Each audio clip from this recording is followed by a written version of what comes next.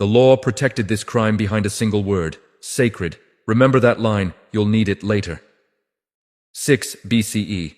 You're a Roman father. Your family commands respect, wealth, and connections to all the right people. You've done exactly what was expected of a man in your position. You've arranged a flawless marriage for your daughter. She's 16, perhaps 17. Beautiful, educated, carefully molded to embody every Roman ideal: virtue, obedience, restraint. She knows how to lower her gaze when addressed. She knows when silence is required. She knows her future belongs to someone else. The wedding is perfect. The ceremony proceeds without a single flaw. The banquet is lavish. Guests laugh, wine pours freely, music fills every corner. This is what success looks like in ancient Rome. Your daughter smiles because she was taught that smiling is part of her obligation. Then comes the final ritual, the one no one speaks about openly, the one never described in detail. As she's guided away, she glances back one last time. Her eyes search for yours. There's confusion in that look, fear, a question she doesn't yet know how to form. You turn away, not because you don't love her, but because you know exactly what is coming. And you know there is nothing you can do to stop it. This is the ritual Rome buried so deeply that historians are still attempting to reconstruct it centuries later. What I'm about to share with you is not legend, it's not speculation, it's documented practice.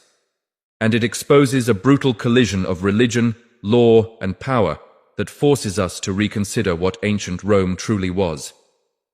Here's what we know with certainty.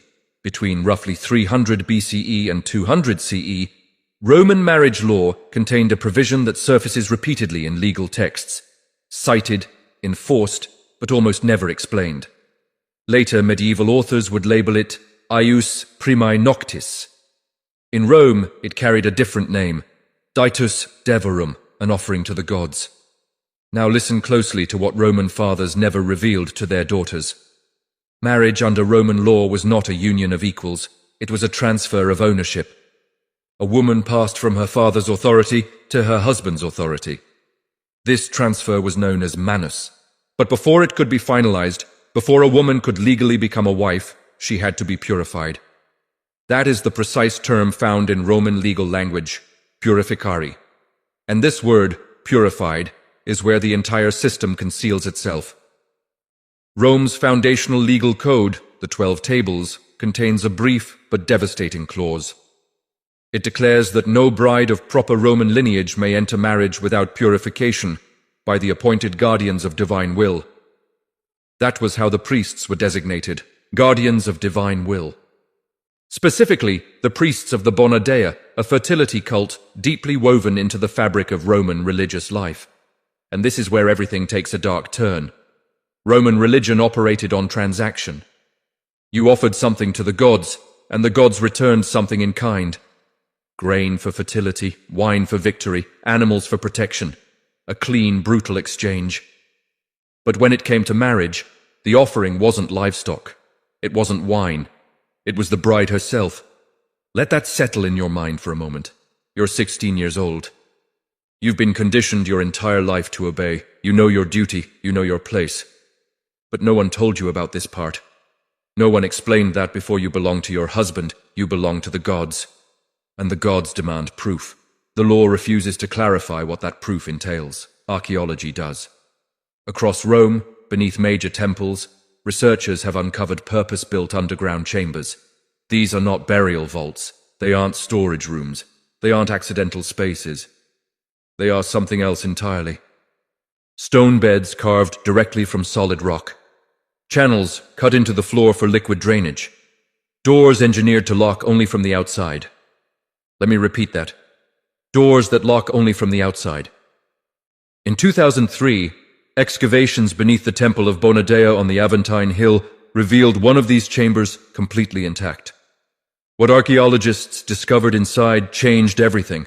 The walls weren't covered with prayers, nor hymns, nor invocations to the gods. They were covered with names, hundreds of names, all female, each paired with a date. Those dates correspond precisely to documented Roman wedding celebrations from the same periods. Hundreds of women, recorded, documented, and never mentioned.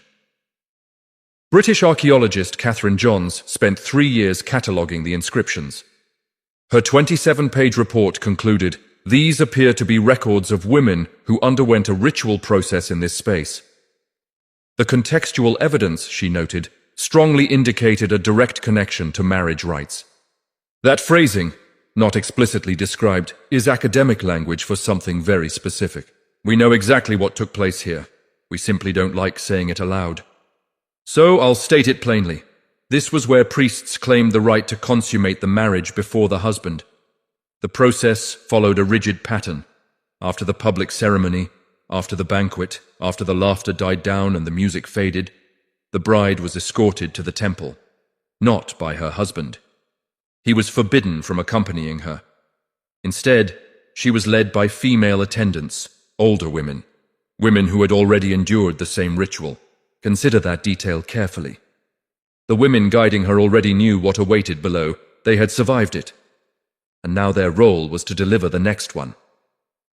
They guided her down narrow stone steps, away from torchlight and celebration, into cold corridors beneath the earth. The air was damp, the walls pressed closer. Every step carried her further from the world she knew. At the end of the passage stood a door. Behind it waited a priest, or perhaps several. The sources disagree on the number. Much of the written testimony survives only in fragments because later generations worked deliberately to destroy it.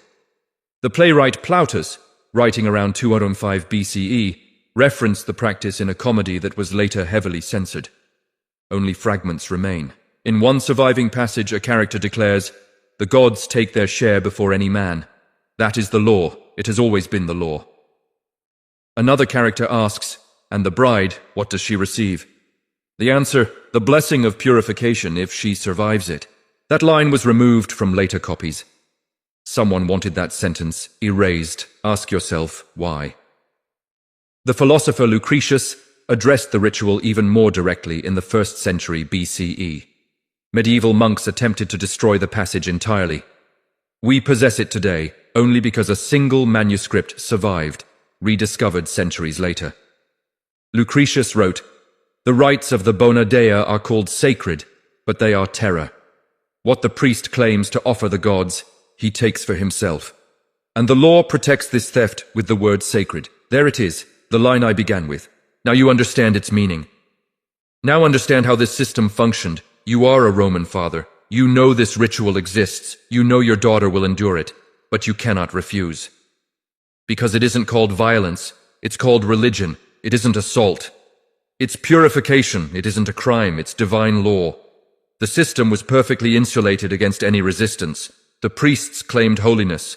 The law enforced silence. Society called it tradition.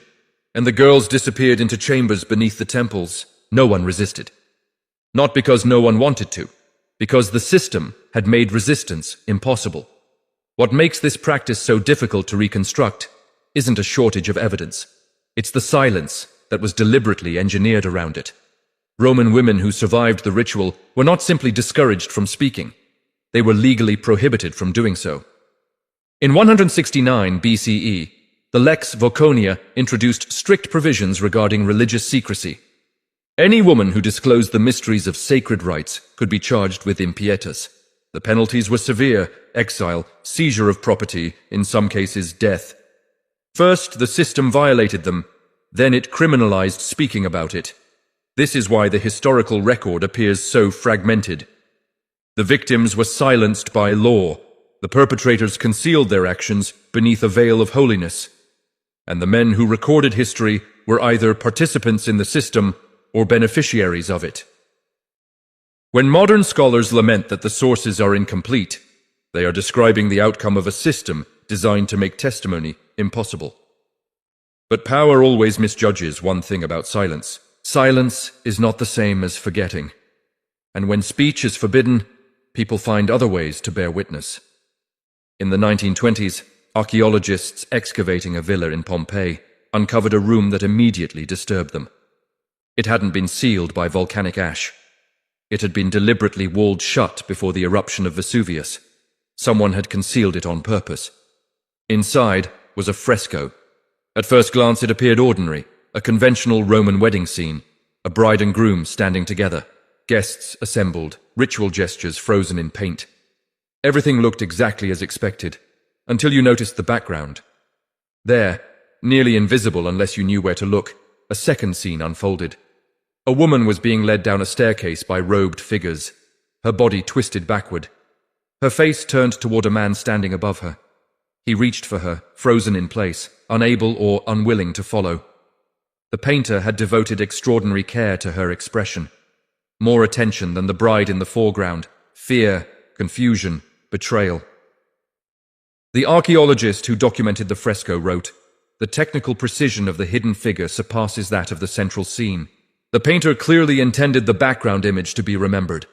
Someone created that painting, knowing they could never speak openly. Paint was safer than testimony. Concealing it was safer still." They sealed the room and entrusted time with the task the law would never perform, preserving the truth. And it worked. 2,000 years later, we're still looking at it. And what we see can never be unseen. After the ritual, the bride was returned to her wedding celebration. Sometimes hours later, sometimes not until the following day. Roman wedding customs include a detail that puzzled historians for centuries. The bride appeared before her husband wearing a veil called the flammium. Unlike other veils, this one was never removed. Not during the ceremony, not during the consummation of the marriage. For a long time, scholars maintained this was about modesty, about Roman virtue, and proper conduct. That explanation falls apart when you examine Roman medical texts from the same era. The physician's ceremonies